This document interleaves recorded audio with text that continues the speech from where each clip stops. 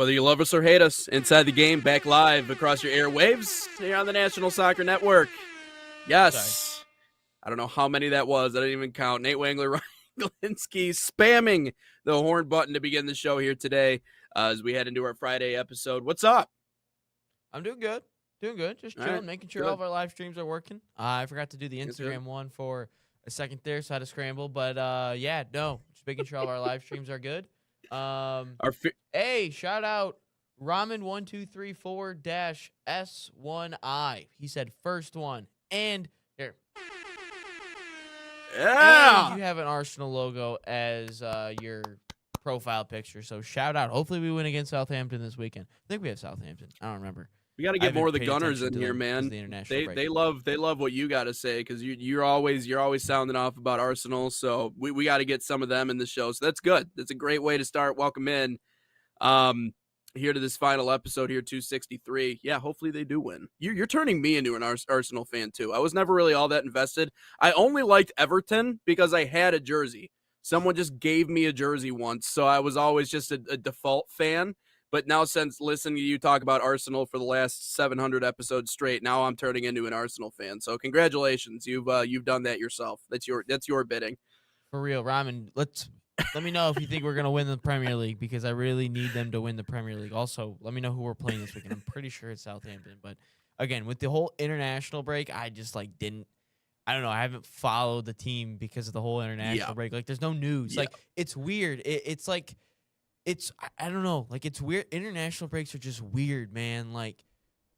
In terms of the club scene, I'm so invested in a team. We're literally in the middle of a run and we just lost a cup final, and then all of a sudden they're just off for 2 weeks, and I'm like, well, what am I supposed to do?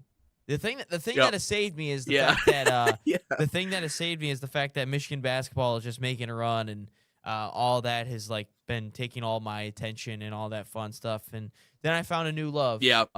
This week I found a new love, and that is called TikTok live streams. I found a new love. Yes. Mm-hmm. Isn't it fun? That's all you got to do. You just got to set it up and just talk to them, answer questions. They'll just come in and ask you things. But yeah, check that out. We're live on TikTok right now, aren't we? We're live on everything that here. Let's see. I can tell everything humanly possible. We're live on Sports Nation Facebook, Instagram NSN, YouTube channel NSN, and TikTok. Why isn't the NSN Facebook on? That's weird. I don't know. Well, I don't know what to do. Either way, getting into our conversation here. But yeah, we appreciate everyone joining, including our fellow Gunner being the first one to comment here today.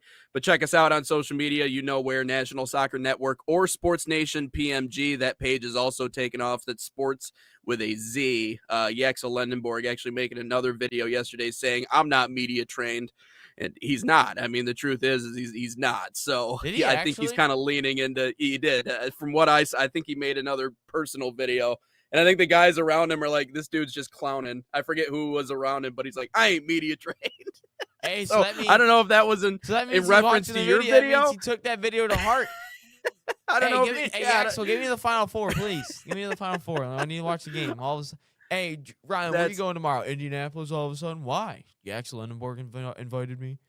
Yeah, exactly. No, Ryan's a big shot. Yeah, now it's back to just me here on the show again. Yep. I'm boys with Axel Lendenborg, Trey McKinney, and Roddy Gale. Dude, I don't know if you ever watch their TikTok lives, dude, but they are so funny. They're funny. Those three just sit there, they play video games, blast music, and then you sit on their phone, and then they bring in they find some random guest on the TikTok live, and they just be talking. They be talking the funny thing is the night before they played Tennessee, you're like, okay, you should probably go to bed early. Nah, let's just go on a YouTube. Let's just go on a TikTok live stream till 1 a.m. Crazy. And then one of the most thoroughly dominant Final Four performances we've ever seen. Just absolutely nuts. But yeah, we'll get more into that in the all sports portion of our show. And it's crazy. It's just crazy to think how much they pay attention. That's the thing that always strikes me now is how much these players actually pay attention to what goes on social media. Kevin McGonigal still watches my Instagram stories every time I post one. And I'm like, hey, I have, you know what I mean? And that's not even me trying to name drop or like puff my chest here. It's just like they do genuinely pay attention. Like a couple of decades ago, they didn't give a crap about, well, not to say they didn't give a crap, but they wouldn't know unless they saw it like in the TV or whatever else. Social media, they pay attention now. So it's interesting to see how quickly we are growing for sure. But before we get into the soccer conversation today, Ryan, would you ever go on a rocket to the moon and back? Because I had no idea that apparently we were sending a rocket to the moon with people on it until I walked in my door the other day and I saw it on the TV. I had no idea what Armistice 2 was. That is wild. Because I have my own personal, like, narrative I need to complete. Like, I need to know if, like, is space a real thing, you know? Also, I need to know if the moon landing is fake too. So I know if I would get on the rocket, I could probably ask the right people and just see, okay, is the moon landing fake? You know, like I can finally I can get around, ask a couple people, like, yo, is it fake or not? And I could I could finally sleep at night. You know, I'm curious. For what it's worth, I don't think NASA would ever tell you the truth about that. I don't think NASA would tell you it was fake. If you think about it, during the Nate Wengler favorite days in history where the Soviet Union and the U.S. were going after it, I mean, yeah, think about it. Like anything you could have passed back then. Like anything you saw on TV, they were like, it could have been a movie set. And it's like, okay, well, it's like, okay, we believe this thing. It's the 70s, the 80s? What was it? The 70s, 80s? So yeah. Yes. Well, and Kennedy was in a race against communism. We were in a race against the big red scary people across the way, you know, and they put a satellite into orbit. They were the first to ever put a satellite into orbit, the Soviet Union, and we went, oh no, we're losing this race. So like for the first time in human history, the arms race went to space, not like the water or ground or air. It went to space. And I mean, we almost had space warfare with the Soviet Union. Literally everywhere in the world, we almost had a torpedo. Like a bunch of other things could have happened. Thank God they didn't, because then you and I wouldn't be here talking. It would probably be all over at this point. But yeah. So then this begs the question. Ah, dang! I didn't restart it in time. Hey Sam, would you wear a Soviet Union hockey jersey? Probably not. Maybe in Russia. See, wouldn't it? So would you wear a Soviet Union shirt? I forgot to restart it. Dude, that is like one of the funniest videos I think we've ever produced. Just because, like, because Sam and I were literally talking on the field about like how cool the Detroit City jerseys were, and then all of a sudden John's like, "Dude, Sam, I got a question for you." He's like, "So would you watch it, or so would you wear one?" Well, and Sam's not normally one to be in front of the camera. Sam is a pro behind the camera, but he's not normally one for the front of it. So you can kind of see the way he's like, probably not, unless I was in Russia, which is a good qualification, Sam. I agree. If you're in Russia, you probably got nothing to worry about. But when you open your mouth, they're going to know you're not from Russia. So then they're going to be really confused. Like if they hear me talk, they're going to be like, who are you and why are you wearing this? It's almost disrespectful. But anyways. Okay, I just thought I would ask. I would certainly go on a rocket to the moon for sure. One of my bucket list things that I want to do before it's all said and done is like a F-16 fly along, like one of those fighter jets. That would be cool to be on, and I could cross everything off from there. And then maybe like 3 innings in a major league game, and then I'm good. I can just call it a career. We're good after that point. I'd retire then and there. I retire. Why are you retiring, Nate? I already did what I wanted to do. I did it. I made it. I did it. I'm good. I'm going to go get a real job. I'm going to make money. I'm going to live my life. I'm going to go sit on the beach. I don't care what I'm going to do. I did it. It's done. It's over. But anyways, moving on with our conversation here today. Tanner White potentially coming up later on here in hour number 1. He will be on. He will be. Okay, will be. Remind me. See, he was on Monday, so it threw me off. And I was like, oh, crap, that's right. He's going to be on Saturday. Yeah, or Friday. Yeah, that's right. So he'll be on to talk about the MLIS and the WMLIS finals and the winners in those games. Some shockers, and I think that's what makes that conversation even more exciting. But let's get into conversation number 1 here today. Ryan, one of the biggest reasons why our social media has been popping off the way that it is because of our frustrations around the U.S. men's national team, and maybe more my frustrations. I feel like I'm the one that's kind of the crash out one, but you've also provided a lot of really good insight too into things. And I think we both kind of reached the same conclusion. And that's, unfortunately, there is a ceiling when it comes to this men's national team. And we saw it, I feel like, in plain sight against Portugal. We certainly saw it against Belgium. And there was an interesting comment that was left on our social media. I'll let you tell us what the comment was, but I think the individual has a point, but it also might be hypocritical. So I don't have the exact comment up. I don't know who it was, but I saw it yesterday. He did, again, my bad on not knowing who you are or what the name is. Oh, look at that. Nathan Iacoban has just followed us on TikTok. Shout out to you, my man. What up, Nathan? Dropping a follow here on the National Soccer Network. Oh, we don't have comments? Okay, that's weird. Let's see. Again, I will try to find it during a break here, but he just said that Americans, you guys should just enjoy the tournament. The tournament is in your country.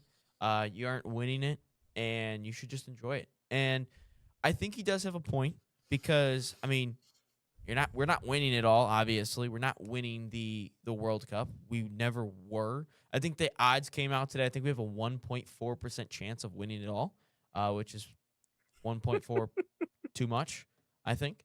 But we're not winning the World Cup. Yep. And I think he brings up a good point of, you know what, just enjoy it. Enjoy the greatness that is some of these soccer players. Mbappe is going to be on our shores. Ousmane Dembele is going to be on our shores. Vinny Jr., like all these great players. Maybe, I mean, Messi's been here, but he'll be in Argentina jersey. And I think there's a valid point of saying something like that. Like, you know what? It's here. It's here for you guys. Enjoy it while it is, because it's gonna be another 30 years before it happens again. So yeah, no, I can get his point, but at the same time, I mean, again, the whole goal for me is not to get embarrassed. It's not to get embarrassed. Yeah. Try to make a run, make a quarterfinal, make a round of 16. So yeah, no, I can see the point. I can see where it's a hypocritical as well. It's like, well, you're Americans, just enjoy it. You don't even like the sport anyway. I know you probably have a more passionate take on it, but it's like, I can see where he's coming from. I can see where, you know what, just enjoy it. I respect him in the way of telling Americans to be realistic about things, because if I'm on the fray, like truly on the fray, if I'm on the outside looking into this thing, you know, maybe for your typical American, if you were to watch, for example, ESPN, they rank their most important or most impactful players in the World Cup the other day. Oh my God, that's a dumb list. You saw that list. Yeah, Chris Richards was what, comment, 16th on the, hold on. Okay, all right, you found Here's it? Here's the comment. It's from Freyer. Don't let any negativity affect you. We love that football is growing in the U.S. Realistically, you should be focused on winning. Enjoy the sport. Enjoy the tournament. In 20 years or so, you might see a better result. Well, I sure as hell hope it ain't 20 years. That's a very level-headed comment that, you know, first of all, thanks for the respectfulness of it. I think that's good. You know, you didn't call us morons, so we'll start there. I truly appreciate that. Yeah, exactly. Or just take it away altogether. So to that degree, I get it. And also, you know, again, if you were to watch that crap on ESPN, which they just don't care, and now they're just caring because it's here, and we knew that this was going to happen with the media. If you were to watch that and you honestly think that Chris Richards is one of the top 20 most impactful players in this World Cup, you might look at the U.S. men's national team and go, oh, we got some horses. We got some dudes. Like, we might have a chance to go to a semi or maybe even go on and win this thing.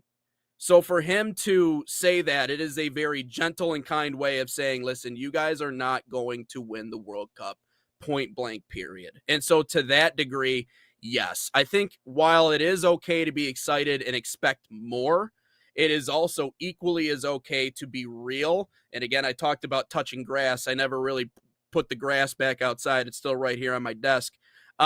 If you were, you know, realizing that we're not going to win this thing is okay. Being real with yourself and honest with yourself as a U.S. men's national team fan is okay. It's all right to admit that we're not there. We're not quite at that level. However, the whole thing about, you know, just enjoy the World Cup. Would you ever say that to any other team or any other fan of any other side in this tournament, hey, yeah, just enjoy it for what it is. Just enjoy the tournament, enjoy some good football, have some fun. Go up to a fan of, Brazil and be like, "Hey, just enjoy it. Just enjoy it. Just go out and just have some fun. Just enjoy it." Or go up to a fan from wherever else, list the country, and just tell them, "Hey, just have fun." You would never do that, because they would probably slap you across the head and be like, "What are you talking about? I'm not showing up to just watch my team compete. I'm showing up to watch these boys go out and win a World Cup." And so, to that degree, it almost feels condescending at the same exact time, because it's like, listen, Americans, you just suck. Accept it. Don't get excited about the matchups. Don't expect anything more from your men's national team. Maybe in 20 years we'll compete. We'll get, what did they say 30 years ago? Maybe we would be competing now. How much more time and money and effort and energy and how much more do we have to do to finally be able to compete? So to that degree, that's where the hypocrisy for me comes into the statement. I get it. Like, as Americans, if you're watching this right now and you are from the red, white, and blue, we are not going to win the World Cup. I will stand on top of a mountaintop and scream it if I have to. Kylian Mbappe could probably beat us 1-on-11 with the way he's playing right now. I mean, this is just, that's the reality. But at the same exact time, that's the hypocrisy of it, is that you would never say that to any other fan of any other country, because they do have that passion and they do have those expectations. So that maybe that could be what gets us over the hump, is having passion and having expectations. If we had those two things, then maybe there would be so much pressure on the U.S. Soccer Federation to actually restructure this thing and make it something that is sustainable and something that we can succeed in. But it is not lost on me at the same exact time, Ryan, that the impact of this World Cup, whether or not the U.S. men's national team does great or does absolutely terrible, is going to have its impact because more people are going to be exposed to it. In whatever capacity that is, in whatever way that is. Even the big dogs in the soccer/football world have all said the same thing. They all have that World Cup that they remember, whether it be that moment, that year, that time that they shared with family or friends, whatever it may be, that really got them to fall in love with this game. That is where the impact of this World Cup is going to be felt. And to his comment, he's absolutely right. Enjoy it. Enjoy the sport for what it is and the fact that it's here. You don't have to wake up at whatever ungodly time to watch the game. You don't have to go out of your way to find a group of people. I mean, sometimes, but you don't have to go find a random bar or pub somewhere where people are gathering to go watch it.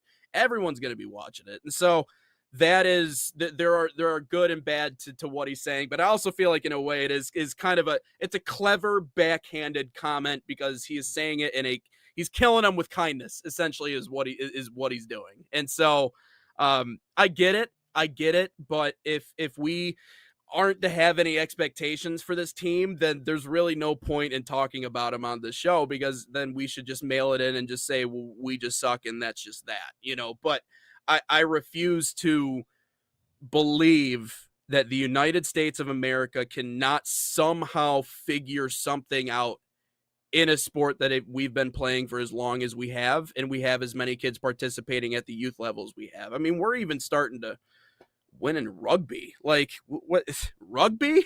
Like, how the hell are we doing better in that sport? It's we can figure things out if we need to. We even upset Pakistan in what was it? Cricket last year. Remember that one? Yeah. Go USA.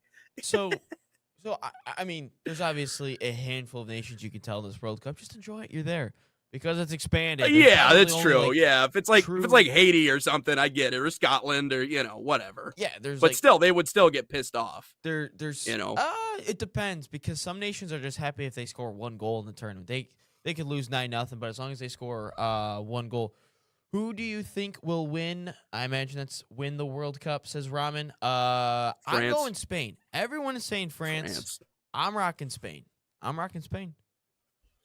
getting on I'm drinking the Kool-Aid. I'm drinking the Mbappe Kool-Aid. He is on a different level right now, that guy. And it's funny that game, the moment for Lionel Messi, Mbappe was the best player on the field that match. We got another comment coming from TikTok. My bad, John. Not John Turner. John M. Bohe. Again, hopefully I said that right. He says, travel soccer in the USA sucks. The pay-for-play model sucks. My brother-in-law runs Vardar Soccer in Michigan. Okay, I played against Vardar many, many times. So shout out to your brother-in-law. I don't know if you have a name you want to give out. Give a shout-out to him. But, yeah, we can do that. No, that's definitely another reason why we aren't as good. But so, again, I was finding this out on the TikTok Live yesterday, was that there are pay-to-play models all around the world. But the difference between our pay-to-play model and everyone else's pay-to-play model is theirs is actually reasonable to afford. Ours isn't as much. Like, I think my parents paid, I think, like $2-3 grand for a year for me to play. And, over in England, you can pay like $100 a month. So obviously that's different. And again, it's like a subscription. That's like a TV subscription for a free. And that doesn't even include the jerseys, so it's probably more for both, obviously. But no, they're paid up. There is pay to play around the world. Theirs is just reasonable. If that makes a ton of sense. They benefit. I mean, that's why I think it has to be more regional. It has to be more regional based, and we have to get away from these travel tournaments in places across the country, because that's what really runs the money up. For these, because the logistics. Yeah. I mean, we're in the U.S. I mean, it is a continent that we exist in. It's a country, but it's the size of a continent, and so the logistics of all of it can certainly make it hard. And I agree with the pay for play and how that is certainly played into it. I mean, everything is more expensive. I realize it's an overgeneralized statement, but it is true. By the way, we got to get to a commercial, don't we? I know we're about 22 minutes in here. We got a few more minutes. Okay. All right. Again, okay. Go ahead. No. All right. So again, we have some time to kill before Tanner gets on. So it's not like we have to go. We have to go desperate mode for mailbag questions before Tanner gets on. So no, we'll be good. Fair. So I just would say, in terms of that comment of just enjoy it, all this and that. Yeah, you could definitely enjoy it a little bit, but at the same time, we're Americans. We expect the best. Like, we expect all of our sports teams to. I mean, honestly, name a American, like a team USA team. Name a Team USA team that is bad in sports. Football, obviously, we know if we were to play tackle football against the world, we know how that would go. I mean, it'd be like the World Baseball Classic. We would have like Team Italy made up of Americans, Team Canada made up of some CFL. Fernando Mendoza is the starting quarterback for Team Mexico or something. Exactly. Yeah. Like that's what it would be. Yeah. That's exactly what it would be. Like, it'd just be Americans playing Americans, And then obviously basketball, it's the best. Hockey, we can say we're the best now because we won. Which someone in the TikTok Live yesterday is like, just believe that the Americans can get it done. Just believe that the U.S. men's national team can get it done. I go, they're like, just like hockey. I go, we didn't even play good in the hockey game. We just had an unbelievable performance from Hellebuck. We would get the puck out of the zone all the time, and then we went in overtime. Like, even the Miracle on Ice, I don't like the Miracle on Ice comparisons either, because it's apples and oranges when you talk about the two different sports. So it's 100%. But yeah, no, like, we can't compare the two because it's not like we dominated in the game like we do in basketball. Like, in basketball, we impose our will in every single aspect of the game, like we do. But in hockey, it's not like we played well. Soccer, we're clearly not going to play well. And also, in hockey, I would still say we're top 3. But yes, but no, I'm just saying it's not like we're better than Canada. If we were to go to a 7-game series with Canada, we would not win that series. Like, just being honest, we would not win the series. We'd win a game, and that's all that matters because F Canada. But like, Ron, by the way, Canada ain't winning anything in the World Cup. They ain't even getting out of the group. So let's be real on that one. So, but no, like, just to go back to the main point. I know we're getting way off topic here today, but it's Friday. Jesse Marsh, opening day. It's like U.S. men's national team. 63 degrees outside, so we're hyped for the day, obviously, in Michigan because, like, it's just been a rough winter. But no, like, that's what's gonna happen. We aren't going to win the World Cup, but to sit back there and say, well, just enjoy it. I can see what you mean, but at the same time, I want us to win. I want us to go as far as we can. Like, there will be a right. moment when we eventually get knocked out in whatever stage it is.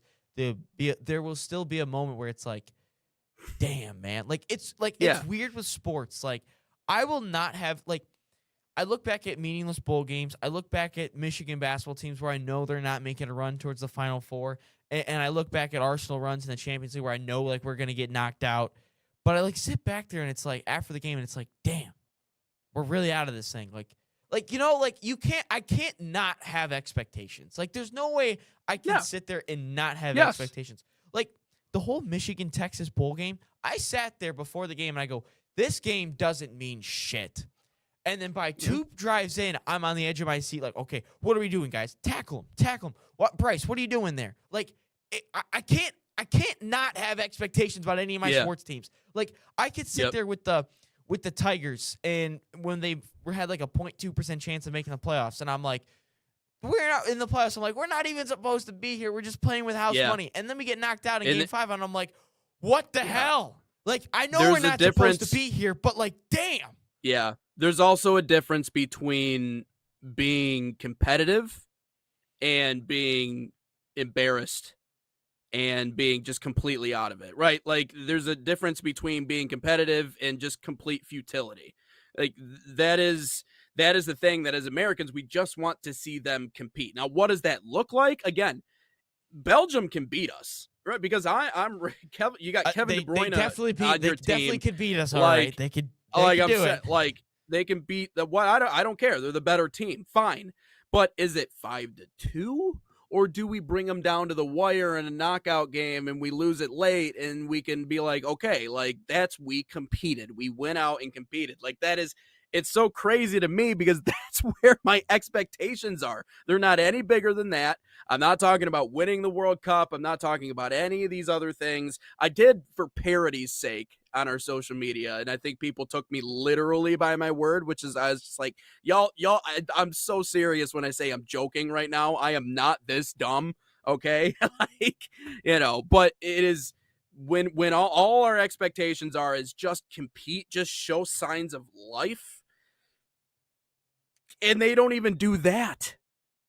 That's where it's like, yeah, he's got a point with the no expectations, but it's like, I can't in good faith watch a U.S. national team and just be like, well, I'm just gonna enjoy this game. This is not a U.S. Open Cup game between Tucson FC and Honolulu FC. Like, I'm not just gonna sit there and watch it with the 15 people around me.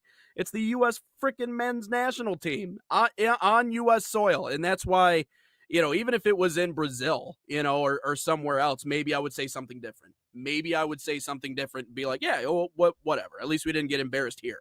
Yeah, it's here. That's what adds a little bit more to it. Hey, so we killed off that time. So now we'll have Tanner on the other side of the break. So here, Bayern Munich. Oh, yes. Okay. Let's tell you a little bit about Bayern Munich summer soccer camps. Hold on. I got to find the reads. All right, there we go. I was getting so into that conversation. Here we go.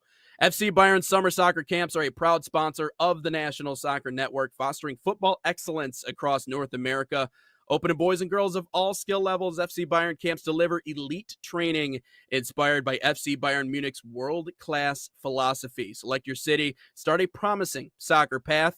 Right now, you can save $30 on registration by using promo code BayernNSN30. Again, that's BayernNSN30, or scan the QR code on your screen. Learn more at FCBayernYouth.com.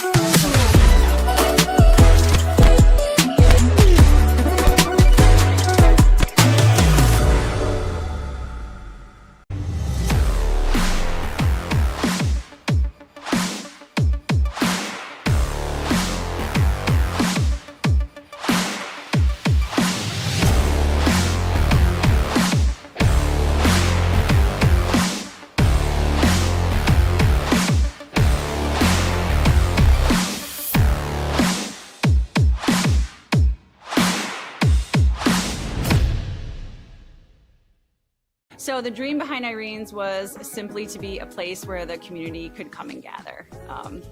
This is my hometown. We're raising our family here, and we just want to be a space where people can come together as a community and share a great meal. We've got golf simulators, we got pinball, live music, trivia nights, but we also have fresh, always homemade, locally sourced food, and we serve it with a sense of Gemütlichkeit. This is a German word that conveys a sense of warmth and coziness and belonging. We're excited to show off how we're growing and that this is the place to be. Welcome back Inside the Game. Nate Wangler, Ryan Glinsky, and live from the zoo, it's Tanner White, Inside Indoor Insights. No? Oh, no, there he is. We can't have Kalamazoo. Come on now. It is all about the zoo. I hate to break it to you. Not the zoo, man. Yeah, well, y'all can fight that one out Mount right P, there because baby, we got Mount CMU P. representation. We got who doesn't like $2 drinks? I will say, did you see that big old facility that Western Michigan is building? That like state of the art where they're gonna have like concerts inside of it, and all other indoor sports are all gonna be inside of this one massive athletic facility. It's impressive. Listen, have you seen the blueprints on that at all? Yeah, absolutely. That is kind of all anybody in Kalamazoo wants to talk about. And I was somebody that I got to work with a minor league basketball team, the Kalamazoo Galaxy, several years ago, and they folded in the middle of their first season. And that is a huge open niche. That's got nothing at all to do with soccer, but I tell you what, the basketball league or TBL, that league still operates. And I'm like, seriously, there is a huge opportunity if somebody wants to come in and kind of resurrect that. They had amazing uniforms. It was the whole stars and the Milky Way deal. I mean, it was incredible. Yeah. For all sure. Right, maybe move some Major League Indoor Soccer games in there. Who knows? But go ahead, Ryan. Maybe. All right, Tanner. Obviously, we brought you on Monday to talk just about the league overall. But now talk a little bit more about the games. Bad voice crack. Salt Lake City, first-year team. They win it all. They knock off the reigning champs. How impressed were you with Salt Lake City, and was this predicted at all that a first-year team would win it all? So maybe for the first few weeks of the season, everybody tried to figure each other out, and we were seeing who was going to stratify where. And when everybody showed up in Las Vegas for that first weekend on February 7th and 8th, Salt Lake City, we thought, okay, they look pretty good. And then they go undefeated for the regular season, and we said, oh, okay, they are for real. Then we get to talk in our pre-production meetings before the finals with their owner, Michael McNeil, and their general manager, Harper Fleming, and we learned that, oh, this is basically the all-star team. This is everybody, among the absolute best players in the entire state of Utah. And then they show up in Las Vegas, and they show exactly that. There was... it's astounding, I think, the level of dominance that they put together in that semifinal. The final was Chicago, a little closer, right, 10-4, but the way that they pulled away at the end, I don't know who would have or who could have beat that team. The way that they got scorching hot in the playoffs when it mattered most, and they had already run through the season undefeated. Was there a moment? Was there a specific moment or space and time in which you looked at this team and thought, okay, this is a team that can go win a championship? Because I think it's ironic, and we can go back and pull the clip if we want, but you said they were your dark horse, and they went out and they won a championship. I mean, what was the moment that you thought, okay, this team, this is real. Whatever this is real? It's tough to say. So that was more so on the men's side with Salt Lake City, who did make the tournament as well. And at times in the second half, they made Toronto think about it a little bit more. If I had to point to one moment where I knew this Salt Lake City women's side could win it, it's probably one of the times that they played Phoenix. They had some really, really good battles with Phoenix.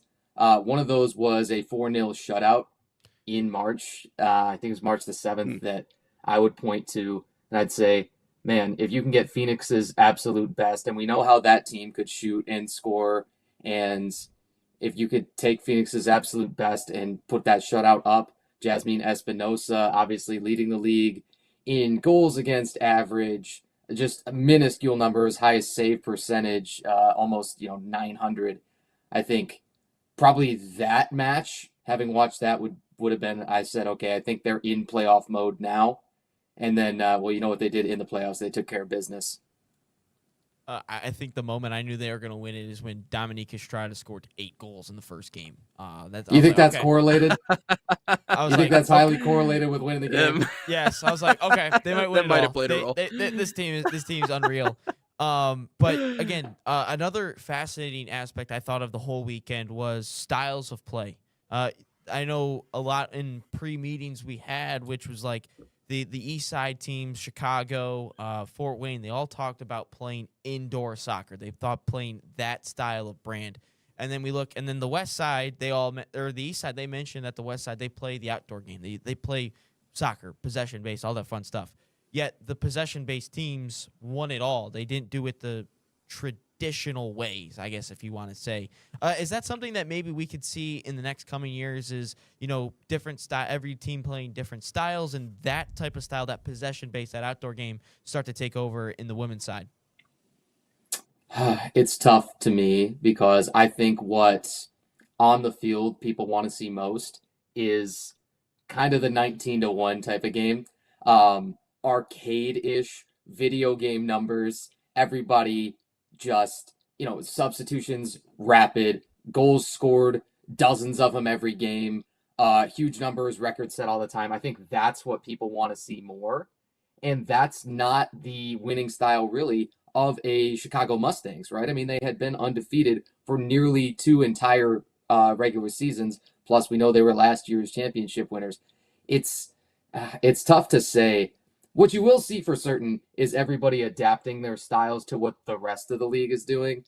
Salt Lake City, they made their statement. Everybody knows they were the class of the league this year. But that doesn't mean that their formula from this year works for next year. And when you expand, right, because we just have a really strong feeling that that's going to happen rapidly, and there's going to be more teams for next year in WMLIS regardless, I think more styles are going to emerge, and then more teams are going to make more adjustments. And say that's the boring answer, if you will, but I think it's true that the evolution is going to have to be ongoing. Yeah, and it's constantly changing. And as you add more teams, obviously you're going to add more parity to the league as well. Do you feel as if the overall talent level inside of Major League Indoor Soccer and Women's Major League Indoor Soccer is also going to rise in the coming years? Not to say that there isn't talent right now, but I think the more popular, obviously, you become, and with 114,000 people watching the championship weekend, popularity's there. You guys going to add a few more people, a few more talented pieces throughout the course of the following years? Hey, Tanner, I'm here to play too. I'm a pretty good player in my day. Ryan's ready to go. Well, I mean, if you're available, right, make some calls and see what we can do. Oh boy, let's get a Detroit team. I'll play. Let me tell you something. There's still niches to be filled, and there's more with Midwest teams. So I say, if you got it, bring it. Okay.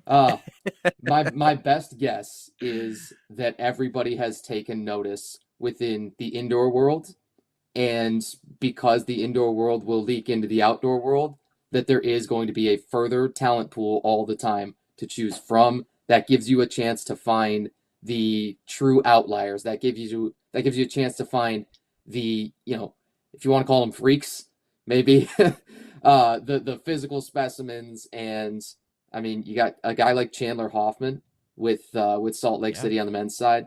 It's a former LA Galaxy. I think, Ryan, you had mentioned it on one of the broadcasts, probably in the semifinal. This guy was playing with, a David Beckham, like insane. Yeah, he won MLS Cup with Donovan and Beckham, yeah.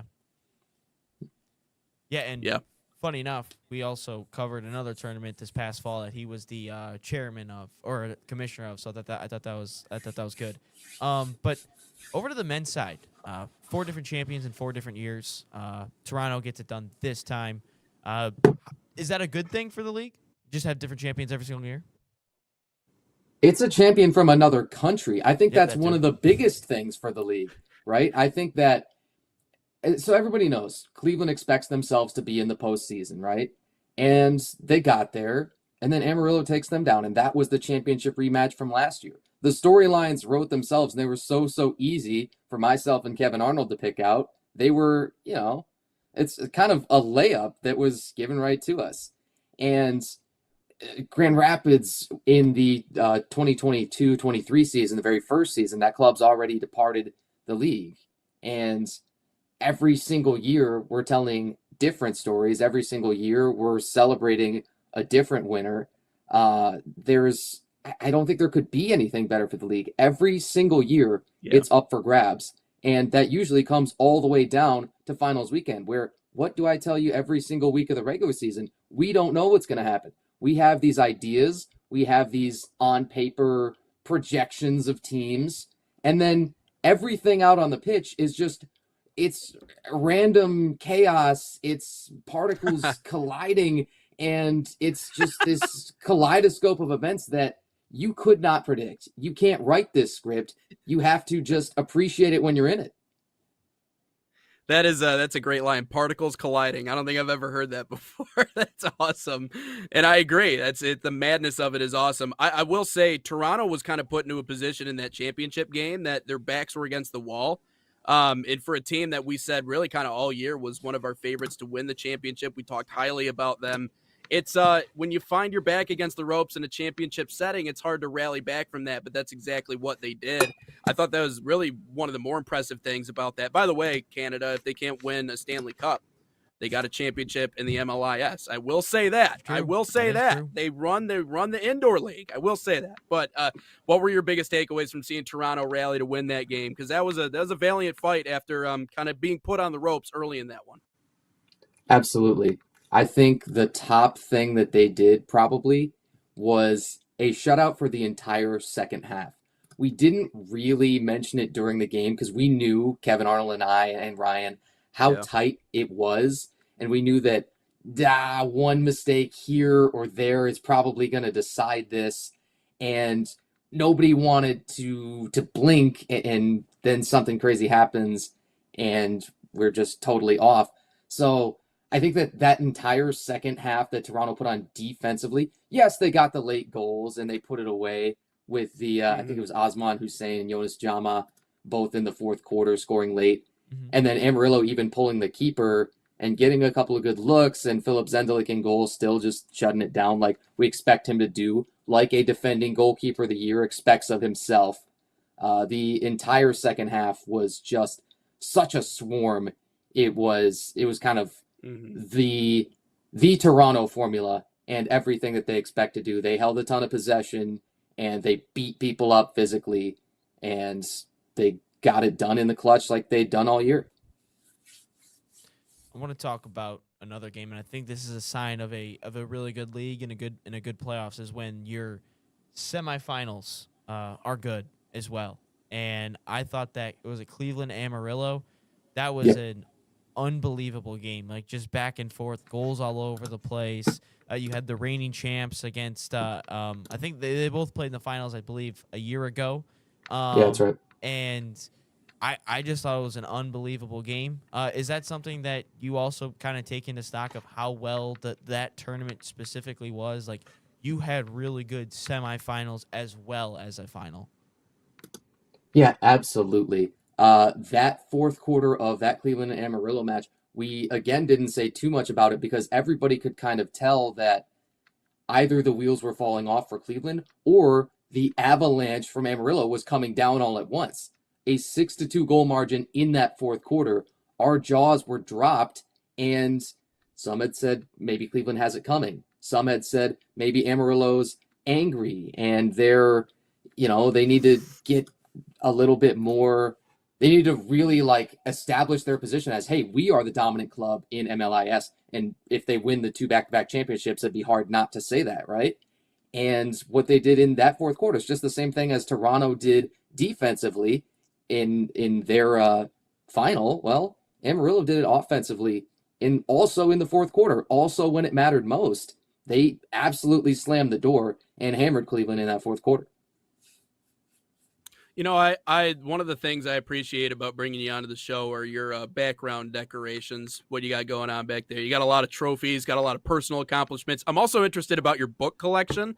I don't know what kind of books you read, but looks like you got a few good ones back there. I'm trying to get back into the reading scene. You also have what looks like a Germany scarf. Deutschland back there. What are we doing with that? Are you a Germany fan? Do you have German heritage? What are you thinking about the World Cup? Where did the scarf come from? All right. So let me figure them out. So over here, right? You like this?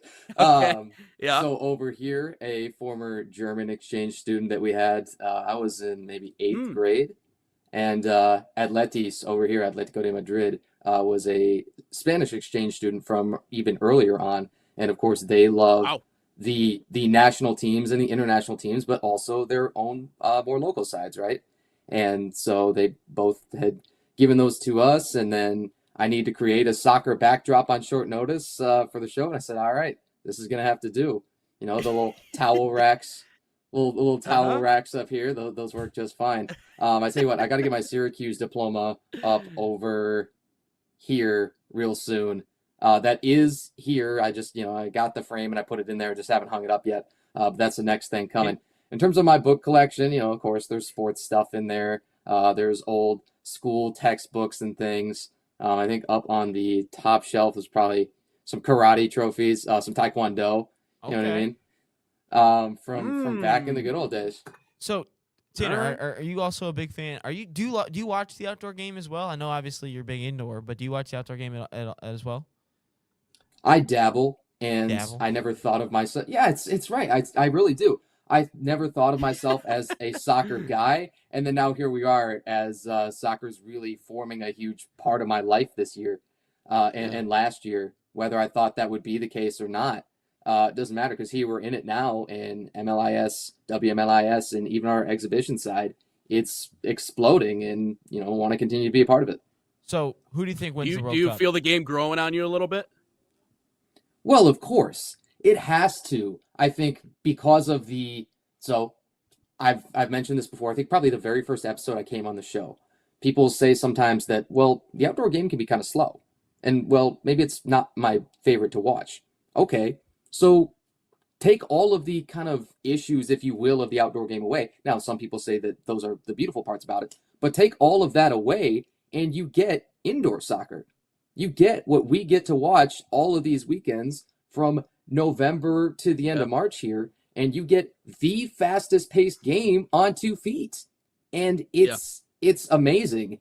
So that allows me to further appreciate soccer, and then once you're already in it and you're immersed, you think, oh well, I should continue to learn, I should continue to watch. I think my favorite outdoor soccer memory of all time probably would be Mbappe with the hat trick in the final for France. I think if I had it's the greatest sporting event. It's the greatest sporting event ever, from a neutral perspective, obviously, because obviously I have other sporting events that are better. But no, that was. That sounds tremendously neutral. Yes. Yes. Again, so we've had a couple of World Cup chats in here. We will get to my passionate rant about Jelly Roll after the break. You guys have been talking about it. Thanks, Schrock. Thanks, Ramen. Appreciate it, guys. Who do you think's gonna win the World Cup? Oh boy, it's one of those. I would, close my eyes and do this and throw a dart with the field. Everybody's upset about Italy not getting in there. The Italian, the Italian world is in shambles here. But I think that is usually my best guess. Is I can try and analyze what I think I see on the pitch from, what I've, again, dabbled in and things. But I think that's one where you're not going to get a hot take from me. You should be so lucky. Probably not this time, because there's just, when you talk about wide open fields, it's probably one of those that we're seeing. Tanner White says the United States is going to win the World Cup in 2026. Yes. Tanner, thanks for stopping by, buddy. Yes, you heard me. Absolutely. That's Tanner White. It's Tanner White on Inside the Game. So during that, he didn't actually say that, by the way. Just don't quote that. But go ahead. During that whole interview, I'm hearing Ramen's asking, so what do you think about the World Cup songs? And I said it stinks. And then I said I'll get to it. And then Schrock comes in with a bomb. He goes, yes, Ryan is a huge Jelly Roll fan. You should ask him about that. And I said, this guy Schrock coming in hot. And then he goes, just here to see the explosion that will be the World Cup song combo. So we will get to that on the other side of the break, because, yes, Jelly Roll stinks. Again, we are way late for a break, so we're going to go. Let's tell the people about Barca, huh? really That's quick? where we're going to go. Let's tell them about Yes, Barca. let's do it. All right, proud sponsor of the National Soccer Network, the official academy of FC Barcelona in the U.S., designed for boys and girls ages 6 to 18. Barca Academy camps follow and replicate the FC Barcelona game model. Same philosophy used by Barca's professional coaching staff. Right now, you can save $30 on registration by using promo code FCB30 or scan the QR code on your screen. Find a camp near you at fcbarcelona.us/camps.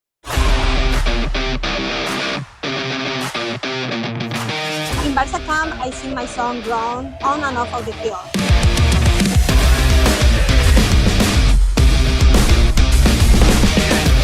Don't miss the time to register. Sign up now for Barca camp.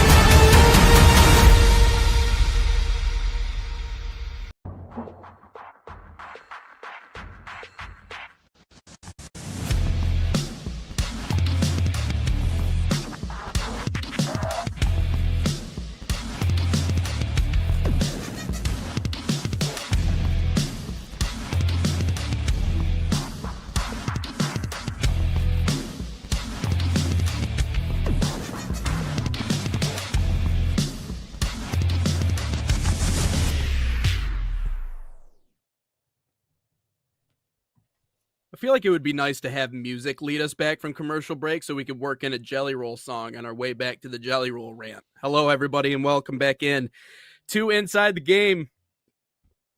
I think everybody's in cahoots on this, Ryan. I think everybody agrees. I can't say everybody, mostly everybody, but I don't know anyone out there that genuinely likes the song. But go ahead. Here's your soapbox. Do your thing. Say what you want to say. This was not planned at all. I think we were going to talk more about, like, because obviously yesterday they were like, we should rechange the NFL name so soccer isn't called, it's called football. We don't have this change or whatever, which we can also talk about, you know, what do you call it? Do you call another it lady said call it footy. Another lady said call it footy because that sounds better than soccer. I want to know, what do people call it? Do they call it soccer? They call it footy? They call it football? Like, I want to know. But since you guys wanted it, yes, Rock. Here we go. Some Jelly Roll blasting. Yes, we do. But I'm just saying, of all the musicians in America, we chose this guy, Jelly Roll. We're gonna choose the Ozempic taking. I'm a victim mentality. I have dumb tattoos. I don't have a good voice, and my songs really aren't that good. And I am just a product of TikTok guy. And my college football team sucks as well. That's what we're going with. We're going to go with this Jelly Roll guy. Of all those things I just said. Oh, and if I got to see another fitness journey on this guy, no, all the dude did was take Ozempic. That's the only thing the guy took. Well, he had a chef, and you starting to eat right, maybe.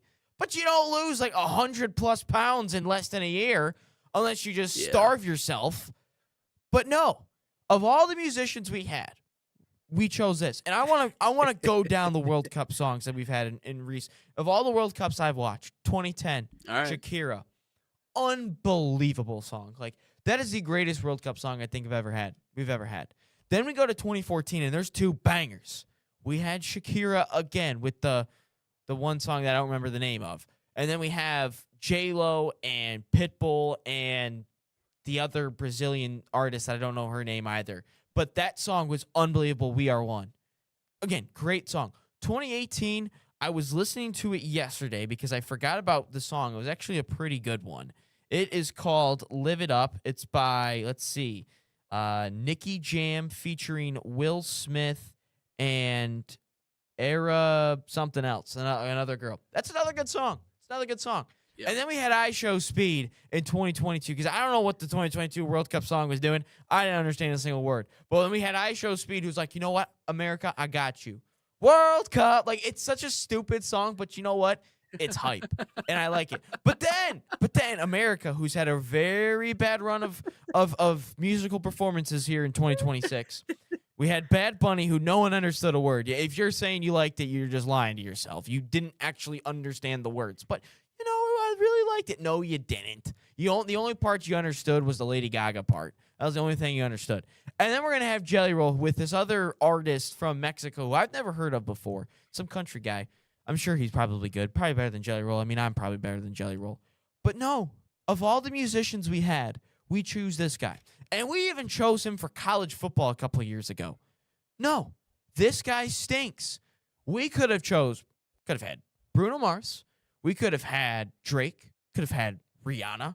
Heck, we could have had Shakira again, honestly. Like, Shakira, I'm putting out the bat signal for you, Shakira. Could you just do the World Cup song again for us, please? Like, I know you're probably not, have anything written, but please, could you make a new song for us? Because you were unbelievable, and we chose this Ozempic loving freak, Jelly Roll, instead.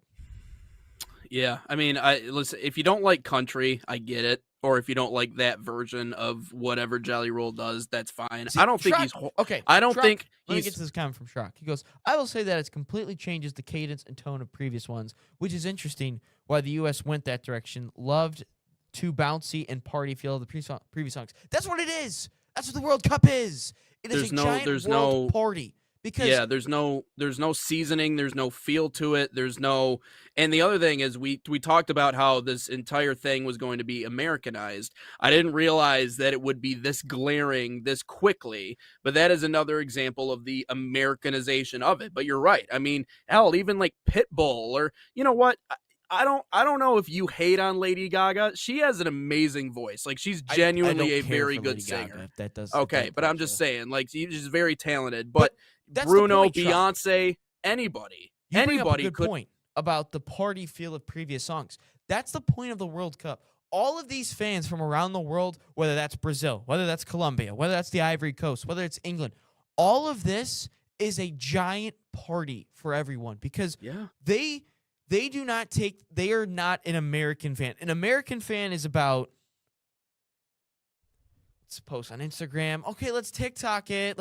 No, they are there to be in the moment, to sing songs with their fellow country citizens. I don't know what you want to call it, but they are not there for the social status. They are there. Again, obviously, there's football content creators who are there to video record themselves at the game, but they are passionate with the fans. It's not like the passion goes out the window because there's certain sport content creators that will go out to games and they're just there for the clout. They're just there for I was there to say that, But no, these guys are here for a party. In America, we're going to choose the song. Everyone hates us as it is anyway. Everyone hates the World Cup. And then we choose Jelly Roll, who's got dumb tattoos and loves Ozempic.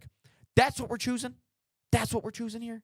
That's my only question is, who made the choice? Let's see. Who was responsible for making that choice and putting that person there? Because everything that you just said, I mean, I could probably, if I went in, I could probably find 10 people right away that I would rather perform that, who I think could actually more accurately represent what the World Cup is versus what we got. But my only issue is like, who thinks that Bad Bunny is the best representation of the United States in this situation, right? Like, if I'm thinking about this, to the world, someone who's going to make a world anthem, not just an anthem that, whatever the hell this is. How is Jelly Roll the best representation of that? So listen to this. I literally just picked who chose them, and it doesn't say who picked them. But this goes Jelly Roll and where is it at? They said, this is the exact quote from Yahoo. This is an unbelievable quote. Imagine you have thousands of the world's best musical artists, biggest and largest pool of musical superstars in every possible genre of music, with the most brilliant musical producers you can find on the face of the earth. And this is the best song North America has to offer. So the song, obviously, Jelly Roll, and Mexican singer and songwriter Seren Leon. And then there's a Canadian musical producer, which I just saw his name, but I can't find it. But this is what we choose. Of all the, I do not understand. I do not understand what this country is with music for all these performances recently, because it sucks. Usher was garbage a couple years ago. Justin Timberlake was garbage a couple years ago on the Super Bowl halftime show. Kendrick was good, obviously, but then we choose Bad Bunny. A couple other comments coming in. Schrock, there's a lot of Unity verbiage in on the previous songs. Yeah, that's 100% true. We're choosing this. Ramen, yo, can I post that because what you said is so true? Yeah, I don't care. Post me, whatever you want to do. Dude, that's up to you, Ramen. Just add us on whatever social media so we can drop you a follow back. But yeah, no. Whatever you want to do there, just add us or tag us, add us in the comments just so we can follow you back, my man. I may be wrong, but I think from Schrock, I may be wrong, but I think Jay-Z chooses the Super Bowl performers. I think he does have it. I think he has recently. I think he has. I think he's chosen them in recent years. And it's almost like it sucks all of a sudden when America has done nothing. America has done nothing as it pertains to the World Cup lately that I feel like has not shown our ass. I'm being completely honest. ESPN, if you're going to talk about soccer/football, at least try to consult with someone who knows a little bit about the game. Maybe bring in an expert or someone who actually like tracks it from Galazzo. I don't care who it is. If it has to be Alexi Lalas, I really don't give a damn. Bring in someone that knows a thing or two, at least a thing or two about the sport. Stop spreading propaganda and saying this BS about the U.S. men's national team when you spend 99.9998% of your time talking about anything else other than the sport of soccer/football. Okay. But also that would make sense if Jay-Z were to make this choice. Do you really think Jay-Z or anybody in that industry gives a goddamn about this sport? Unless there's a money opportunity in buying a club, then maybe, but we just continually show how out of touch we are with the world. And that's the thing that's the most discouraging part. Like, of course it makes sense South Africa would use Shakira. Of course it makes sense these other places would have more feel in whatever. But like, yeah, it's we just keep showing our ass every day. We keep showing our ass. Like, I will say, Colin Cowherd did a really good job of bringing Alexi Lalas on his show a couple of weeks ago. Just to, Cowherd's a pro because he wants to learn himself. Like, that's the point of bringing Alexi on, to learn, like, to not make you're asking questions. Yeah, like, you're asking questions as the host, but Nick Wright, phone a friend, please. Okay, John M. Bohe, again, he asked if we are Michigan-based. Yes, we are Michigan-based. Yes, sir. He did say DCFC will play the Chicago Fire at Keyworth Stadium. Yeah, dude, we're hyped for it. We're hoping we can get to it from the media side as well. Look for that here in the next coming weeks. But yeah, no, it's just like we are so stupid as a country sometimes. Like again, this is what pisses me off about the U.S. sometimes. And this isn't like this isn't any like political thing, please. Don't think of that way. But when it comes to the simple things, like as halftime performances, we do the easiest things the hardest way. You have this giant pool of hundreds of musical performers and musicians who are unbelievable. And when we have the World Cup, the biggest tournament in sports history, and on the sports calendar that happens once every 4 years, we are just going to not do anything with it. And this damn song represents literally country music. Like, why not just get like 4 or 5 musical performers? Like, it's weird that most of these World Cup songs have 3-4 performers. Why can't, and they had 2, but bring in some of the best musical performances, the best musical minds from the producer's side, and we choose the Ozempic loving Jelly Roll. That's what we chose. Here. Do you like? What are we doing? What are we doing, America? Jelly Roll is not the proper musical representation of our country. The guy auto-tune, he's a karaoke singer who loves Ozempic, has dumb tattoos, and his college football team sucks. I don't know if he's an Oklahoma fan. I saw him at the Oklahoma game day. But no, this is awful. Have some culture, America. Have some culture. Bring in some great musical minds. Bring in Shakira for all I know. But damn, this sucks. Damn, God. You went into your Michael K bag right there. That was pretty good. That was like that's primetime New York radio right there, live and in your ears here on Inside the Game on episode 263. Well done. Good job. No, I agree. It just annoys me because we can show the world how great we are. And we decided to be like, let's be comfortable. Let's just choose Jelly Roll because he won a couple Grammys recently. Dude, the guy sucks. Like, I get it. Bringing in, like, you know, Canadian performer, Mexican performer. Like, it's weird. Like, we have 3 host countries and we're just not going to represent North America at all. Like, the rest of the world is like, this is the best you could come up with. You literally have the best musicians and artists, the best studios. You have the best everything. And we're just going to sit there and not do anything with our ass hanging out. Like he said. I mean, just let it out. Let it out. Yes, Rock, exactly. Because Jelly Roll sucks. Ricky Martin's a legend. That's a good one, too. I don't even know any of his songs, but I just know they're catchy. La Vida Loca. I hear it, I'm like, okay. Livin' La Vida Loca. That's his. Okay, I know that one. Like, there's certain literally, artists, that song alone would be more entertaining. Play that. Just play that. Or Greta Van Fleet, like Safari Song, or any of these other bands, or Red Hot Chili Peppers. I mean, you got the pick of the litter. You're gonna throw another one?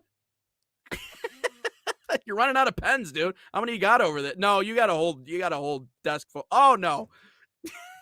I guess JT isn't there, so I mean, you know, whatever. Just destroying his studio while he's not there. Oh man. I'm literally just throwing it into the corner. It's all in one spot. Yeah. This one doesn't even. This one's broken. Yeah. Yeah. This like. Thing? Yeah. Hey, shout out Ramen and Shrock in the chat. You guys got me going on this morning. I was happy this morning. It's 66 degrees outside.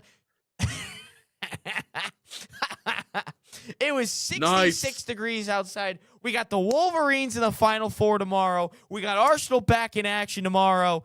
But no, we had to bring up Jelly Roll. God dang. God dang. I wonder if John's watching this thing, or is he just like, doesn't care? Like, he's just... My room is littered. I just keep throwing things because we're pissed off about the Jelly Roll song. It's all right. John, if you are watching, tuning into this, or he's just like, get me on vacation.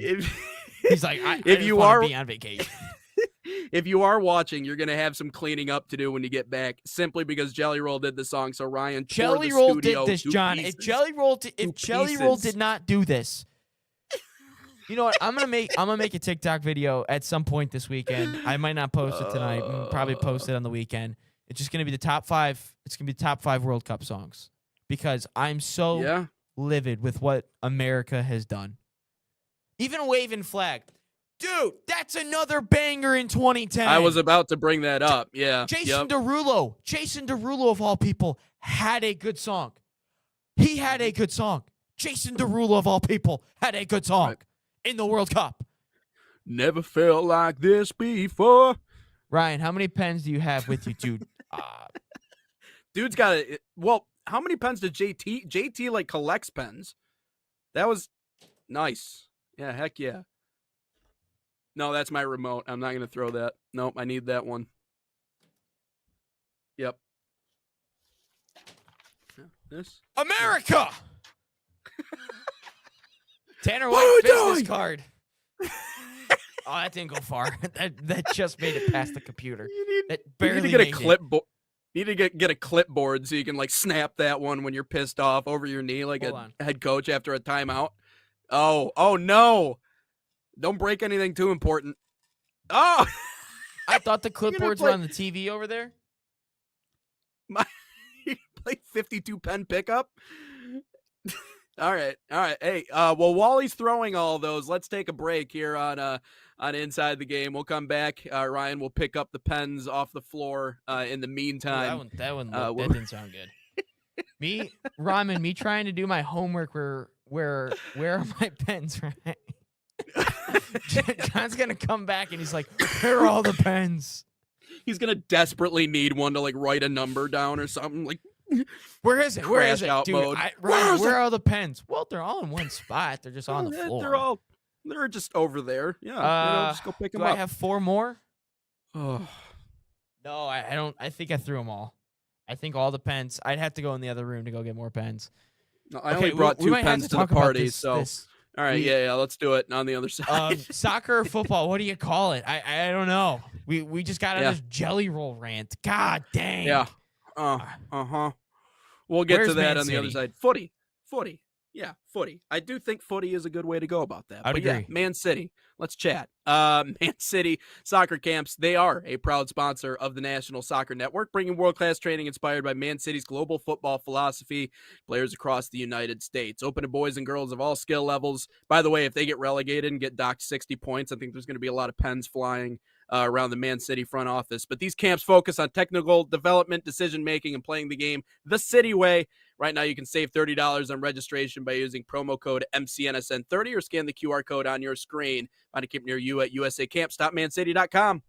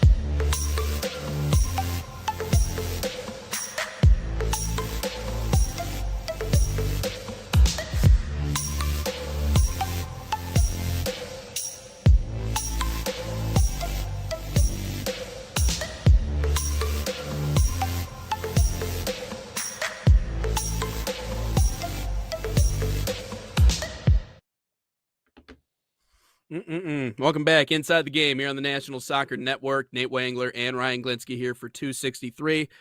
Now that all my notes are on the floor across the room from me and my pens and everything else, let's move on here in the show. You want to continue talking about soccer stuff, or you want to get into all sports, Final Four, and all that good jargon? Let's talk about, do you call it soccer or football? Because Trump wants to change the NFL. Rahman says he calls it football. Rahman, where are you from, by the way? Let me know where you're from.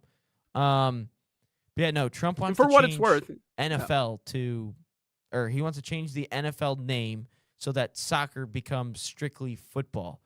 I don't think the American people are going to like that, because American football is like everyone. Like, if you were to go around anywhere in America, there is probably any town in America, there is probably a football stadium somewhere with some metal bleachers, or there's a college somewhere with a football field. Yeah. So American football. Oh, you're from England? Okay, are you from London then, I take it? That'd be hey, appreciate the global outreach then, Ramen. Thank you for tuning in all the way from the coolest English fan we've ever had on here. Yeah, I don't know. I don't think we've ever had an Englishman on here. Yeah, I don't know. Hey, shout out Ramen. Appreciate big time. Appreciate your time, and obviously in the chat. Hey, you love a good team. Hopefully we can win the Prem finally. God dang. But no, I would say, so a lot of the world hates us calling it soccer, obviously. But I will say I think it's a good bit with all the Europeans. I think it's good. It's like, I love the game of soccer. That's why I hope one day American soccer or the U.S. men's national team becomes so good that whoever scores a goal in like a World Cup final or like a World Cup semifinal or something, and they just lift the shirt up and it says it's called soccer. Like, you don't know how much I want that so bad, because that is the biggest troll of all time. Yeah. But to be honest with you, I don't think it matters that much. I do not think it matters. Soccer, football, footy. I don't think it matters that much. I really don't. I think it's just a point of pride for European fans because it does live and breathe there, and it's more important there. So they call it football. So they're like, it should be called football, right? It's not called soccer. It is, I guess, in one way. We're not the only place that calls it soccer. What else did he say? Oh boy, you have a follow up to you that should one? pop on with me more often and rage bait Ryan. LOL. And then Ramen goes, LOL. Stop it. Stop it, guys. Stop it. We got a dude from Indiana and a dude from England that are just trolling us out. Teaming up on me. No, listen, I mean, I can understand their frustrations when it pertains to us calling it soccer, and 98% of the world calls it football. I know they say soccer in Australia, which I find hilarious. And we're not the only country that calls it that. But you're right. I don't think it matters nearly as much. And what I will say to his point, I know he calls it football. You call it football. Everybody else around you calls it football. And so anytime we make a video talking about soccer, half of our comments pertain to, hey, it's not called soccer, it's called football, which feeds the algorithm, which gets us more views, which puts us in front of more people. So I think in some ways it's like rage baiting without even trying. All I'm saying is a word, but yet it infuriates people so much that I call it soccer and not football. Now, I just call it footy just because I sometimes I like saying that just because, I don't know, it's just a fun word to say. But yeah. I did have a lady, like I said earlier in the show, that commented that said people in America should call it footy moving forward because it's easier on the ears than soccer is. But I don't know, especially with our Midwestern accents, like soccer, like it just sounds some good soccer. Hey Ramen, if you're still in there, why do Europeans get so mad when we call it soccer? Like I do not know the answer to that, and I'm curious. And it's not. Listen, you're right. It's not because we think we're special. Football was, called. Exactly, but like football was born from American football was born from a mix of rugby and soccer. Yeah, it was originally called rugby football, but then we kind of run into the situation where it's like, okay, well, we can't call it rugby, obviously, because there's already a rugby and football. I think. At the time, it was like, okay, well, we'll just call it football. But instead of calling it American football, we just called it football because we're the only country that played it. Like, nobody else played that variety of what we were doing. Now it's like, obviously, it's a little bit different. But we've been playing soccer for longer in this country than we've been playing American football. Believe it or not. Yeah, it's just weird. We didn't develop. We didn't really buy into it nearly as much as the other countries did. Civil War players or Civil War Union soldiers, they invented baseball. They started that sport. That's why that's huge over here. Basketball, James Naismith is a Canadian, but invented it in the United States. In all these other sports. And when we talk about the cultural relevance, and I know we're just talking about football, but just saying that's why some of those other sports just have more eyes and more ears, and people just aren't as nearly as interested. So what would you, if we had to change American football, what would you change it to? Like, what would be the new name?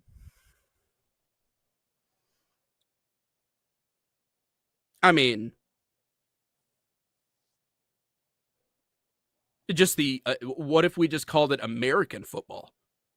Like, as opposed to the National Football League, which we could just call it the American Football League. Would they run into like legal problems with that? Because wasn't that the AFL? Probably. Probably. Well, that's true. That's true. Yeah. Yep. But I mean, I guess you could figure out what you would name NFC and AFC after that. Because it's interesting because obviously those were two leagues that merged. There was a national and there was the American.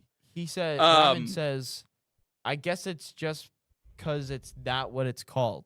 He goes, I don't really have an answer for it. I mean, I guess, yeah. I mean, it makes sense. Like, it's the same thing as to why, like, I'm sure it's hard for like fans of the sport to listen to broadcasters like Americans. Like, I would admit, if he were to listen to me call a soccer match, it would probably be a little uncomfortable. Number one, because I don't have the accent. I feel like the European announcers immortalize the moment in a way that Americans can't sometimes. Not saying I can't paint the picture.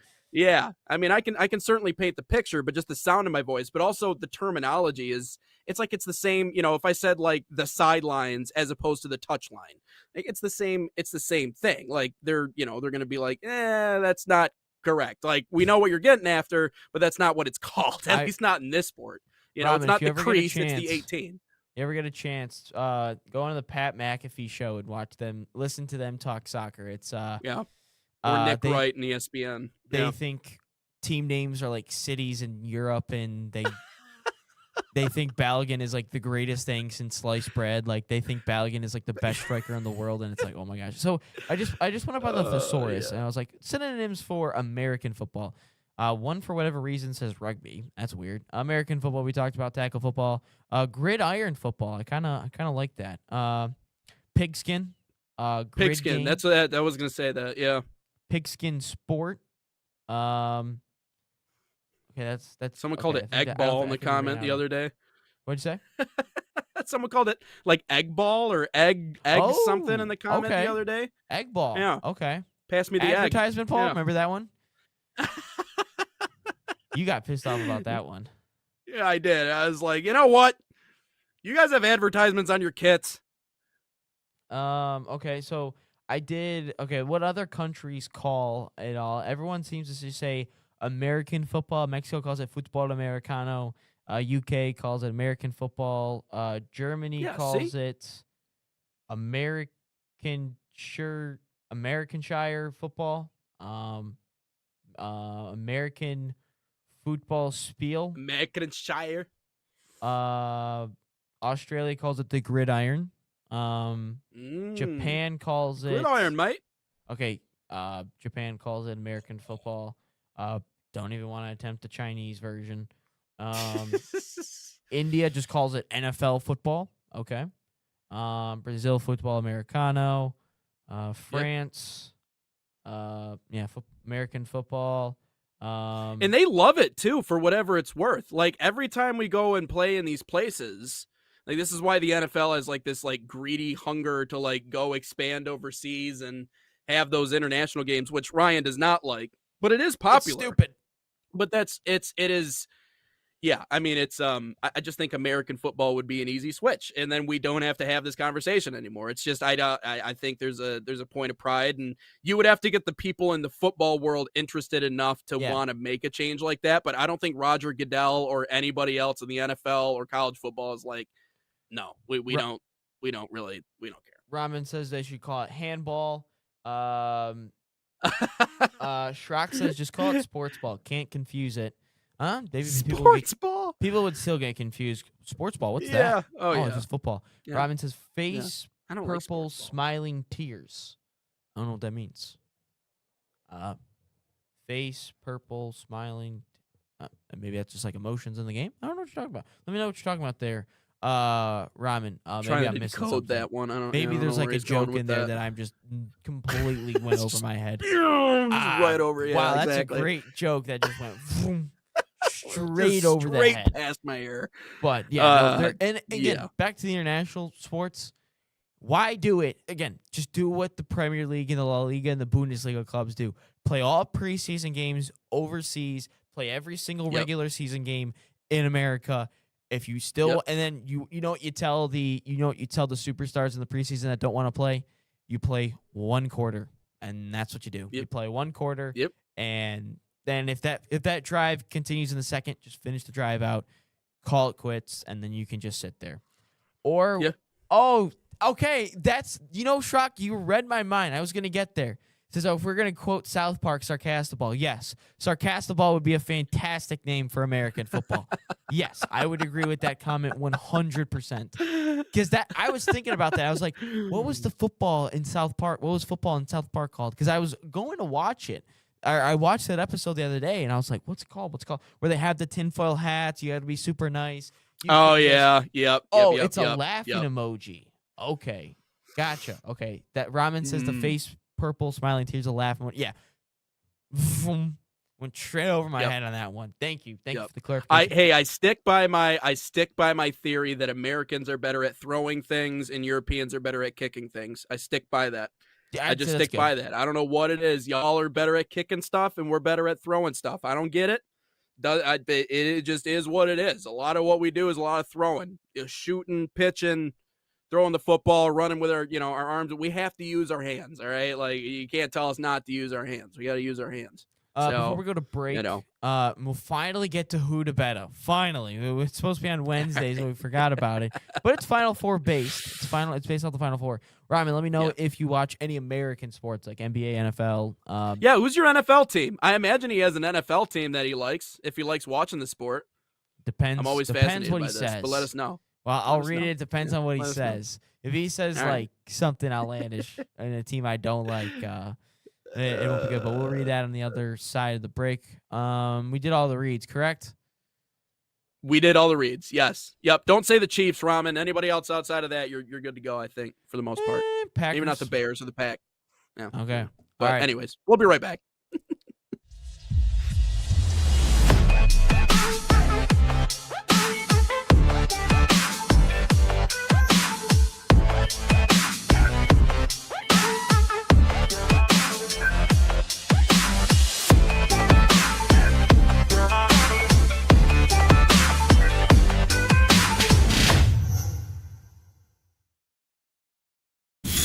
Experience the thrill of the game like never before with NSN's Game Rewind. Dive into full match commentaries enhanced with cutting-edge dynamic graphics, letting you relive the highs and lows of your favorite matches in astonishing detail. Whether it's a championship win or a legendary play, NSN Game Rewind bridges the past and future with a broadcast experience designed to captivate. Call 586-304-4405 and start watching today.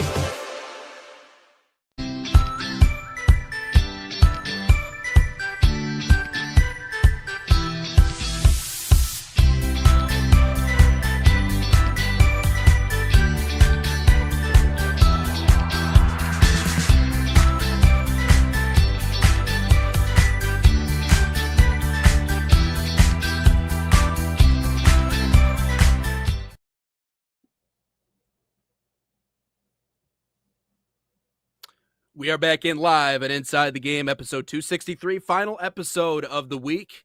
A huge thank you to everybody joining us here on the show today. Ramen, our good friend from the UK, stopping by in the comment section. I think our first ever international commenters, so we appreciate you as always. Also Luke Schrock, as always, in the comment, rage baiting the rage baiter himself, which is always good to keep him on his toes, in Ryan Glinsky. But welcome back in.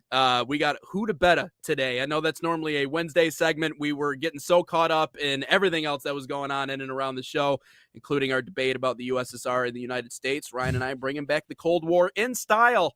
Let's do Who to Better today as we get ready for the Final Four this weekend. Yeah, it's a Final Four matchup. Who to Better? We got Yaxel Lenneborg, Co-Pete. But again, Co-Pete's a freshman. Yaxel, I'm only taking his Michigan State. Maybe the Giants or something. Come on, Ramen, you got to pick someone better than the New York Giants. He chose New York. All right, that's fitting. New York teams are popular. I'll give him that. Yaxel, 15 points a game, 7 rebounds, 3 assists a game, 52% from the field, 37% from the three-point land. A projected lottery pick, or like someone near them. Please, as long as you don't become a New York Jets fan, I'm gonna save you the pain. Yeah, no Jets. I'm gonna save you the pain right now. Yep. Do not be Giants are on their way up. Giants are a good choice. I think Giants will be a sleeper next year. Jackson Dart, Cam Scattaboo. They got a good defensive line. Good coach, John Harbaugh. Forgot about them. Yeah, they could be a sneaky good team. So pick them now, Robin, because so you're not labeled as a bandwagon fan. But don't pick the Jets. Do not pick the Jets. Pete, freshman, 14 points a game, 5.5 rebounds, 2.5 assists a game, 53% from the field, 31% from 3, projected lottery pick as well. So then the question becomes, who da better? Yeah, Yaxel Lenneborg. He's the best player in the country right now, in my opinion. And this isn't just a Michigan bias thing. I realize what Co-Pete does, and I've seen the highlight comps, and I've seen all the videos ramping up to what this will be. And as a freshman too, he's, in terms of prospects, NBA prospects, I'm sure he's top of a lot of lists. There's so much unlimited potential with this guy, and if I'm any NBA organization, yes, I'm getting him early, and I'm developing him early, and he could be a rim attacker. And the thing is about this Arizona team, they attack the rim. I mean, they make their money in the paint, and that's what's so scary about this matchup against Michigan, because physically they match up the best with the University of Michigan of anybody we've seen so far this season. And Co-Pete is a true example of that. He's a slasher. He's rim rocker. But Yaxel Lendeborg is the best player in the country right now, in my opinion. I think he's a better shooter. He's bigger. He's more experienced than Kopit is. I think he sees the floor better at the moment. I think he can do a little bit of everything. Obviously, you see more rebounds. I think he has better assist numbers as well. So it is hard to compare a guy who has as much seasoning as Lendeborg does to a freshman. Do I think in the long run that this comparison will be much different and probably much closer? Yes, honestly. And who knows what the NBA looks like. But, I mean, Yaxel Lendeborg is the best player in the country right now, in my opinion. So I definitely think you have to mention the age difference. One's a true freshman, one's 23. Yeah, but again, both of them have way different paths, and I think you got to weigh that as well. I mean, Yaxel was cut from his middle school team and then didn't do his homework well, which, Ramen, make sure you do your homework. I know you said you were talking about that. Yaxel didn't do his homework, didn't get many games in, and then eventually went to a JUCO, went to UAB, and this is his first year at Michigan, in the Power Four as well. I think that's worthy of mentioning. And Kopit, on the other hand, is just a true freshman, McDonald's All-American true freshman. So I look at Michigan, and I still think that if you were to put both of these guys on different teams where they're not as stacked, I think the numbers would be higher. But I still think both of them are so important to their teams, and I think defensively as well. You can match Yaxel up on the team's best scorer. Kopit, you can do the same thing, and these two are going to be playing against each other, I would imagine, in terms of the matchups. I still think it's not because he commented on a video. It's still Yaxel. I think he's better than Kopit. Yeah. I just think he does so much for Michigan, getting to the rim. I mean, how many chase down blocks did this guy have a game? Like, he makes the winning plays. What superstar is sprinting back just to block a shot when you're up by 30 points? Not many, and Yaxel does that, obviously. And then I look at, well, what does he do offensively? I mean, this guy scores in all three levels, and three-point shooting was a concern for him, especially in the beginning of the year. And he's now become a much better face-up scorer. He said himself that he used to be a back-to-basket type of basketball player. Not anymore, man. Not anymore. Yaxel does it all now. And I think this matchup in the Final Four is going to be so intriguing. And I still don't know if there's a more hyped-up Final Four matchup than maybe Duke, Carolina, maybe Kentucky, Wisconsin back in 14-15. Like, Wisconsin, when they played undefeated Kentucky, I should say, not the first matchup when they had Julius Randle, but when they had Cat, Devin Booker, Trey Lyles, and all them. But no, I think this is going to be a very good matchup between these two. I want to see what the chess matchup looks like, but no, I'm still rocking with Yaxel. No, that is not because he commented on the video the other day. Yeah, well, and I mean, they're going to push Michigan in ways that, again, they just haven't been pushed this year. I also think it's interesting Arizona led the country in free throw attempts, and that's the sign of a team that puts you in bad spots and forces you to follow you. So, you know, to your point, the defensive question is going to be the biggest one for Dusty May in this Final Four. If they match up defensively, we have a pretty good chance, because if we get in a shootout, let's say like if we get in the 3-point shootout with Arizona, I like our chances in that situation. Yeah, I would agree. We have to physically establish ourselves, and that's a hard thing to do against, again, a team that will not give Michigan the benefit of just being a head taller across the board, which even against teams like Tennessee, like, they just did not have the bodies to match up. I realize they're an SEC team, they had a good run, they got there, but they just could not physically match up. Arizona is a much different story through and through. So, you know, if we get into a shootout, I like our chances, but not that you necessarily want to get there. But I think it parlays perfectly into the Final Four conversation, because it really is. This is going to be much more of a test for Dusty May than I even think last year with going to the Final Four and FAU was. Like, Arizona's that team. So, yeah, nerves, to say the least. And obviously you got Michigan in the Frozen Four too. Ramen, I don't know if you watch any hockey over there in the UK. Ice hockey, by the way, not field hockey. I know you guys got that going on in England, but that was weird. When I would work field hockey Central Michigan games, like 90% of the roster was not from America. Like, it was either South Africa, somewhere in England. Like, I didn't realize how big field hockey is internationally. Like, and then I look at the roster, and there's like one Michigan player, and everyone else, like, you're either from the East Coast of the United States or you're from elsewhere. Like, it was crazy to see that. I didn't realize how big it was. Yeah. Either that or cricket. Pause. Like I said a little bit earlier, like cricket. Nice. That's what she said. Cricket is another example of a massive sport that everybody else plays. That's true. But, I remember freaking where my house... Ask Schrock what game he's been playing recently. Schrock, on his PS5. Like there was when I was driving around when I was still at Central and where my house was, there's like if you were to go around the corner of the closest the second closest cross street or intersection I should say, and you turn left and there's this apartment complex, and as you're going straight down that road towards that apartment complex, you would see like 40 Indian exchange students, not Native American, but actual students from India, and that parking lot is filled of just cricket. Like that's what they're playing. Like and I sat there, I'm like, damn, I would hate to live over there just because like I couldn't park my car. They'd probably hit it with the ball. Yeah. Okay, so he's been playing PGA 2K25, baby, but had been playing Cricket 24. They make a cricket video game? Yes. Since it's when? a lot like. Have you ever played The Show before? MLB The Show? It's a lot. I think it's the creators of The Show that made the game because it literally looks and feels just like MLB The Show. But yeah, I go down to surprise him on his birthday, and I go into the basement where he's just gaming, and he's playing freaking cricket. I'm like, what is this kid doing? I'm like, cricket? That's so off the wall. But yeah, there's a cricket out there. I think I'm 99% sure it's the creators of The Show because it literally looks and breathes and feels exactly like it when you play it. It's hilarious. Okay. And the U.S. is not good. The U.S. is not great. What'd you say? Neither is Canada. The U.S. is not great. Neither is Canada. Who created cricket video game? 25. Ramen, I will say I played rugby in high school, though. I freaking loved rugby. I wish I would have continued playing. Big Ant Studios. That's who created it. Big Ant Studios. Who created... Maybe they used the same engine? MLB The Show. No, they're different studios. Okay. Yeah, no, they're different. Sony is more of MLB The Show.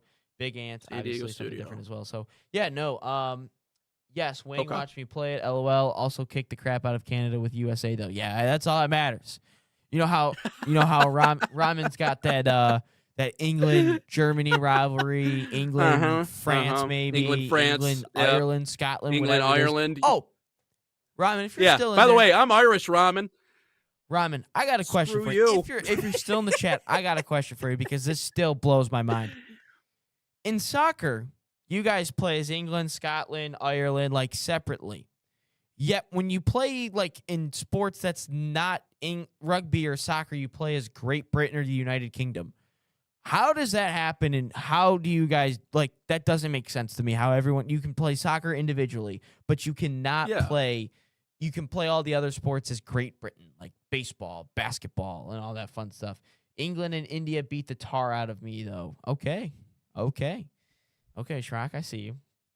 Well, I mean, it's in the same way that if you're from Puerto Rico, like, how does the legality of all that work? Like, if you're born in Puerto Rico, you can still represent the U.S., I think, in, like, sports. So, because it's, what is the legal term for it? I forget. It's a USA territory? Territory. Yeah, that's what it is. So, I think that's in a roundabout way, that's kind of the situation too, right? Because the UK is all those countries combined. That's Great Britain, but England is the island country itself.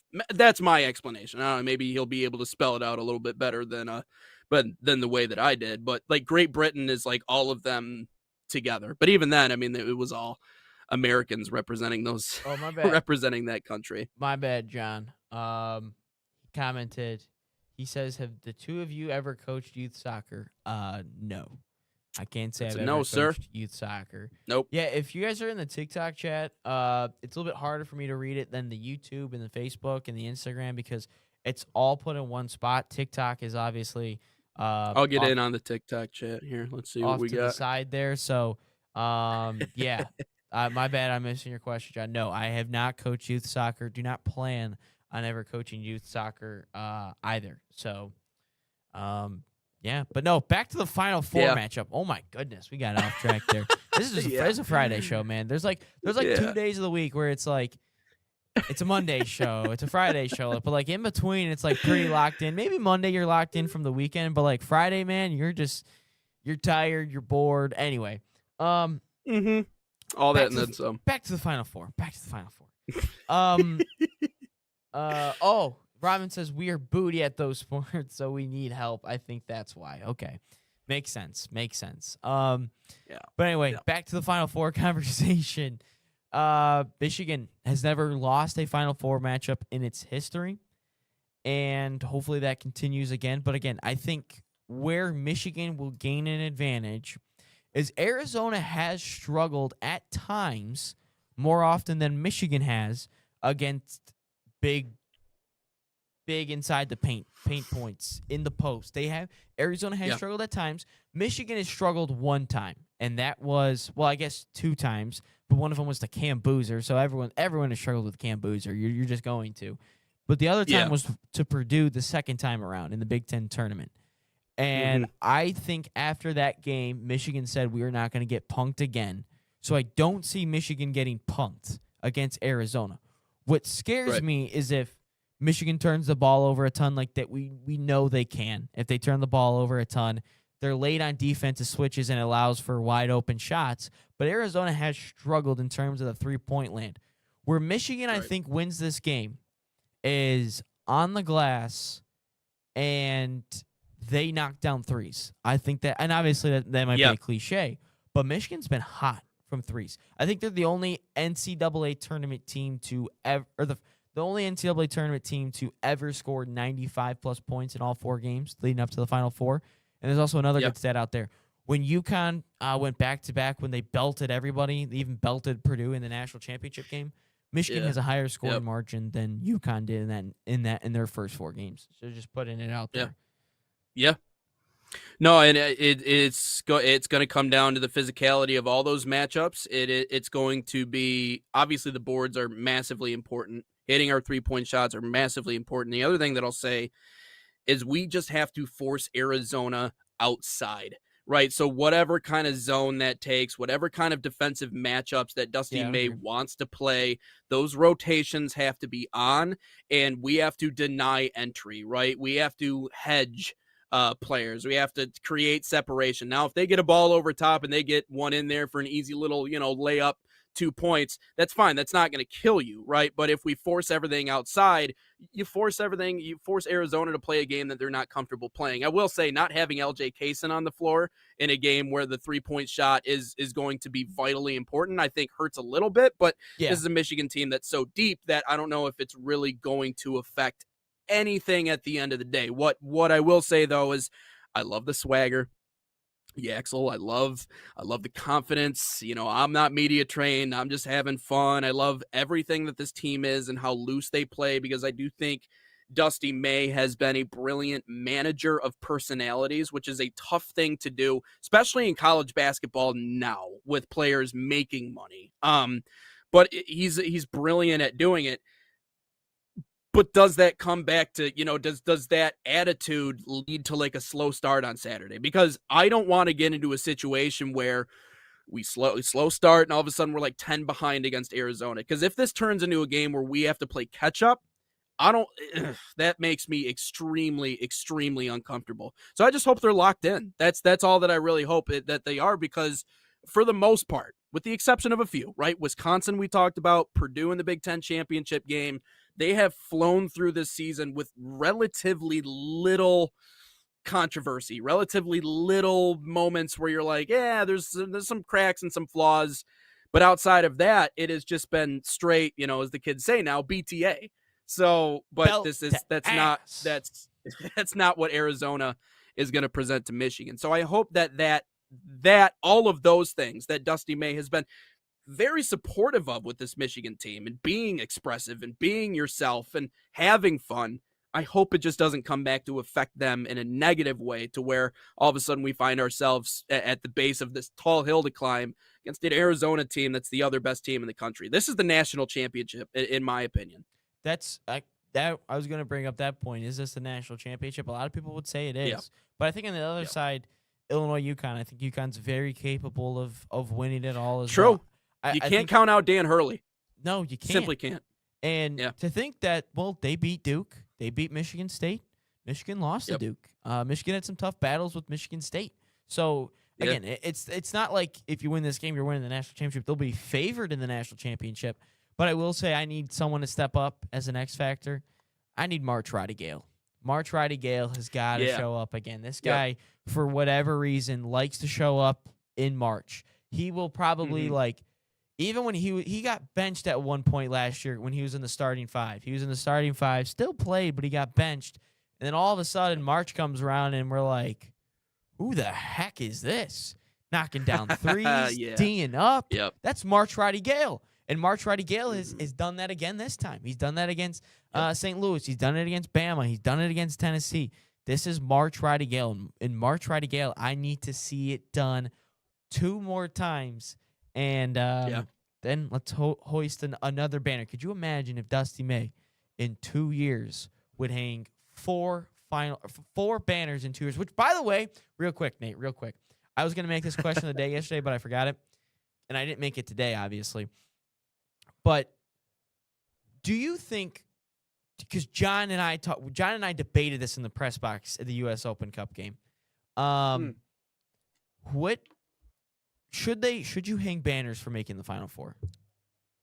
Yes. That's what I said. Absolutely. Yeah. No, John's absolutely. like, no, you just made it. Like, it's not a national championship. And I go, I get it. But at the same time, you have to win. It's so difficult to even get there. And I go, so then do we have to knock teams for like making the college football playoff back in the day? Because when there was the 14 college football playoff, they would just, hey, we made it. Let's put it up on the wall. Because you were the 4 best teams. Cincinnati, yes. Cincinnati goes to the playoff. Yes. Absolutely, I'm hanging something to commemorate that. Yes. Yes. Suck it, John. Yeah, no, it's extremely hard. There is no postseason tournament that is more difficult to navigate, in my opinion, in North America than the NCAA March Madness tournament. There's none because it's single elimination. How many games do you have to win to get to the Final Four? 4. 4. Yeah, you have to win 4 straight games. You got to win 5 because it has happened before. VCU and UCLA have gotten there. And by the way, days apart. And also, by the way, games are not the same length as an NBA game. Like, I mean, NBA, like, you got a lot more time but, you know, it's not a series. It's not a long, like, it's 2 20-minute halves. Anything can happen in that. So, yes, absolutely you celebrate Final Fours. Yeah, I mean, it gets a little corny after a while if all you do is make Final Four runs and you never finish it off. I mean, as case in point with Izzo, I mean, that's why a lot of people would go as far as to say they're not a blue blood. If you were to say that 10 years ago, people would be like, you're crazy, man. You are absolutely crazy. But now that we are so far separated from the year 2000 and you've made all these Final Fours, it's like, cool, but also you got to win one. So that's when it's like, okay, all these Final Four is great, but no, absolutely. You said like FAU, like that Final Four, that's going to live on for the remainder of that school's history. Even though Dusty May left 2 years later and exactly. Brad Golden, Elijah Martin became a national champion. John L. Davis went to Arkansas. Right. Nick Boyd was unbelievable for Wisconsin. So that team was very good. Yeah, think about like Western Michigan. I mean, it wasn't the best 4 teams, but like when they went to the played Wisconsin and what was it, the Orange Bowl with PJ Fleck and everything? Oh, like, the Cotton Bowl. That was the first time that put Western Michigan on the map. Like PJ got out of there right away. He's like, I'm going to Minnesota, but they're still going to celebrate that season for the remainder of that program's existence because that's just it is what it is. So yes, like, you're telling me Miami, Ohio's not going to celebrate in basketball at least the season that they just had? Oh, absolutely. Yes. They won a play-in game. They went undefeated. Yeah, you didn't win the MAC tournament, but you're also telling me the MAC conference isn't going to celebrate this year for years to come because 2 teams made the tournament? Yeah. So, no. I mean, for certain programs, you know, okay, say like Duke makes the Final Four, but they don't win it. Yeah, we control Duke because they're Duke. They get all the lottery picks. Like, you're supposed to go win the damn thing. But, like, FAU or any of those other programs, yeah, I mean, even the Michigans, the Arizona, it's so hard. It's so hard, and that's why people love it. Let's get to question of the day. Question of the day. Okay. Jeez. That kind of flew by my head. Anyway, question of the day presented by Salt Athletic, an official sponsor of us here at the National Soccer Network. Use promo code NSN15 to save 15% off of that #1 smell-proof cleat bag that 100% works. But question of the day: will you watch the U.S. men's national team documentary coined USA vs. the World? When does it come out? May something. I didn't see when the release date was. May? Okay. May something. Yeah, absolutely. I'd love to watch it. I am a documentary dork. I'm always good for a behind the scenes look. Also, I think it just gives us more to talk about on our show. I think it's fun to really get into the weeds on what goes on, because pissed off at everyone. Yeah, because I hopefully he had like a McDavid freak out moment in the locker room. I mean, that would be awesome to see, but he doesn't seem like the type. He doesn't seem like the type. And to be completely fair with you, I don't know who is the type. Maybe hopefully Pochettino. I think it's Tyler Adams. That's about it. Yeah, probably. But it will give us a true look into the comings and goings of what happens behind the scenes. Because when you're so far separated and there's these big gaps in between, like, yeah, we can talk about what they do in Europe, but really what matters the most is what happens in that clubhouse, what happens in that locker room. And, it's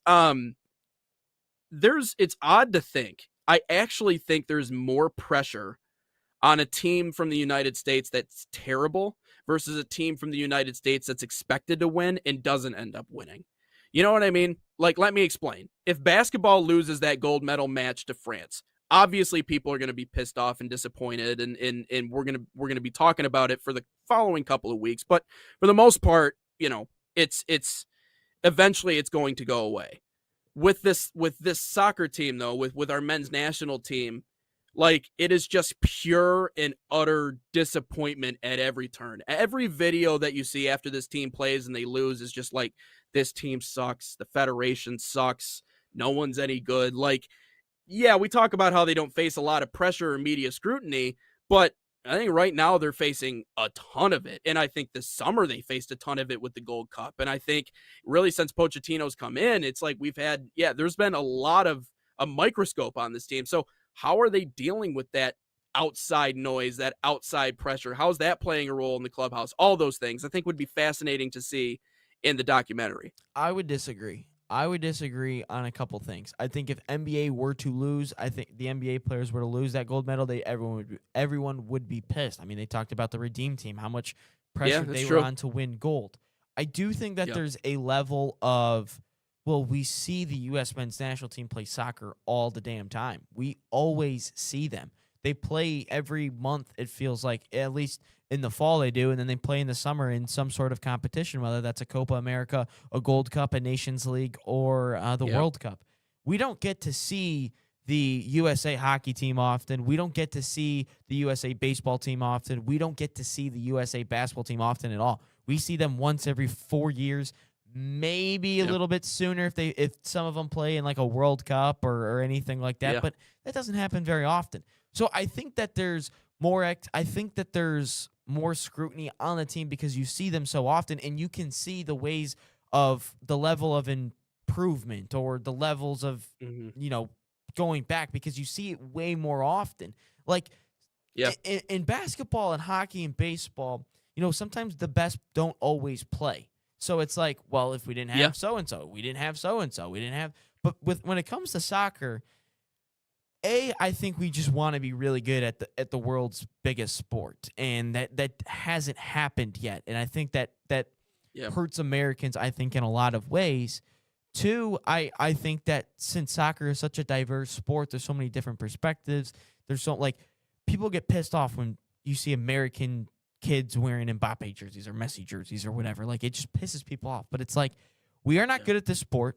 We are not the main attraction in the sport either. I don't think that people get super pissed off. I think the people that get pissed off at the U.S. men's national team are the people that actually watch soccer consistently.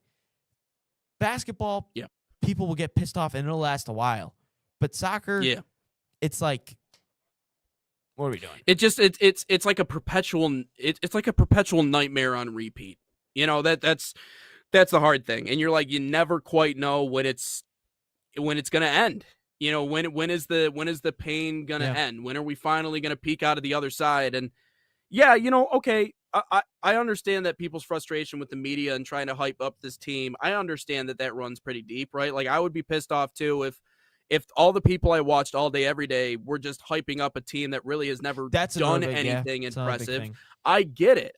Trust me, I get it. But it also, the reason why that frustrates me and why what ESPN does and ranking those guys in those places and even it can be harmful. I understand they want to do it because they want to be involved in the World Cup conversation, but it can also be very harmful because it can stunt our growth as a country. Like, the first step to fixing a problem is to admit you have a problem. It is not to try and justify your way out of having that problem or explain it away or come up with excuses. It is to look inward and go, we have an issue. And so when the media, you know, blows up all of these things, they're like, here's what we have. No, that's not what we have. And it's okay to admit that we don't have it, but it's really, really hard for people to do that. And that's what leads to the expectations being dashed. That's what leads to the hard feelings and the disappointments and the embodiment of what the U.S. men's national team fandom has been, which is a flash in the pan and then nothing else afterwards, you know, and then another flash in the pan and then nothing, you know? So it's like, it's okay to admit that we have problems. People, it's all right to admit you got issues. Like, everybody's got problems. It's just a matter of how you go about addressing those problems that really makes the difference. So yeah, it is disappointing though. I think you're right on the expectation part, because I mean, when the manager comes out and says, yeah, we're going to make a semifinal, it's like, dude, like, come on, man. When we make the round of 16, it's like, dude, you said we could make it. Because look at Americans, when it comes, the casual soccer fan in America, if they hear someone say that, that's what they expect. Yes, that's what they believe. Like us, like if they were to listen to us, their expectations would be a little bit different, which, by the way, I should do the live stream every single day. Fun fact, with all your friends, family, do it. Your dog, I don't care. But no, like, that's when you hear the manager say, and Craig Burley, who I don't necessarily agree with all the time, brought up a great point. He goes, when you tell everyone that you're going to go far every single time and you don't live up to it, people will get pissed off. And when you hear everyone talk about, okay, we can make a semifinal, we can make a quarterfinal, we can beat this, we can beat that. God, like, that's why not making not making the World Cup in 2018 was so, everyone got so pissed off about it, was because after the conversation after the 2014 World Cup was this: how do we beat the Colombias? How do we beat the Belgiums? How do we beat the Englands? And then you can't beat Trinidad and Tobago? What do you think's going to happen? Yep. So stop putting our expectations so damn high. Be more realistic like us. Quarterfinal, round of 16. That's it. Don't say semis. Realistic, but also, to the comment earlier, enjoy the experience, right? Enjoy. But also, don't be Nate, where it's like, is. well, don't just have your expectations super, super low. It's okay to have them on the floor once in a while, but not in life. All right, be optimistic, be happy about life. All right, there's always something positive. Even after the night, comes the day. The light will come through at some point. But when it comes to the U.S. men's national team, don't expect the unexpected. But that wraps up episode 263 here of Inside the Game. You got another comment you got to get to? No, I'll tell you off screen. Off screen. All right, sounds good. But that wraps up 263. Another fun week here on Inside the Game. As always, National Soccer Network, Sports Nation PMG, that's sports with a Z. Ramen, Schrock, we appreciate you guys keeping us company. Glad we got some friends over in the UK listening to the show. We appreciate everybody that gets the chance to drop by. But we'll be back live on Monday for another episode, that is, here on Inside the Game.